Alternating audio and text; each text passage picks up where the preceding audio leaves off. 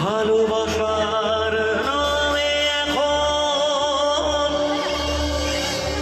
লাগে বড় ভয়।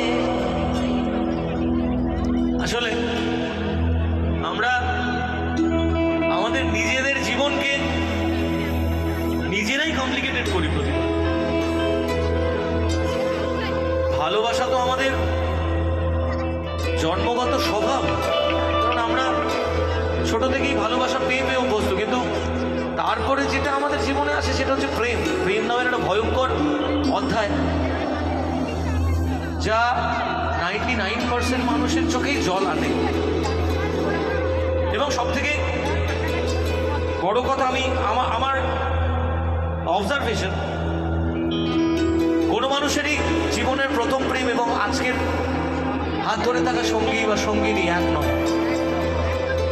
জীবনের প্রথম যার সঙ্গে স্বপ্ন দেখে প্রতিটা মানুষ, আর শেষে ঘর বাঁধে আলাদা মানুষের সাথে, কিন্তু সব থেকে বেশি স্বপ্ন দেখে কিন্তু প্রথম প্রেমিকার সাথে।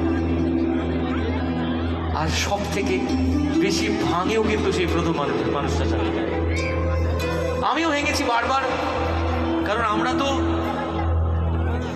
স্বভাবে নষ্ট নেই, আমরা অভাবে নষ্ট, আমরা ভালোবাসা না পেয়ে নষ্ট।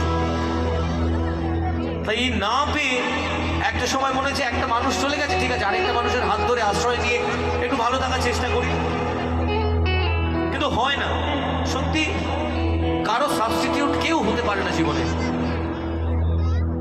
ভালোবাসাটা তো আমরা নিজেদের স্বার্থে ভালোবাসি, এটা শুনতে খারাপ লাগলো, এটাই বাস্তব।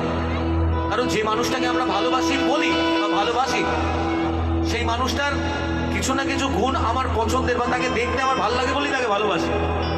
আপনার পছন্দ নয় একটি মানুষকে আপনি কোনো দিন ভালোবাসতে পারেন, এটাই বাস্তব।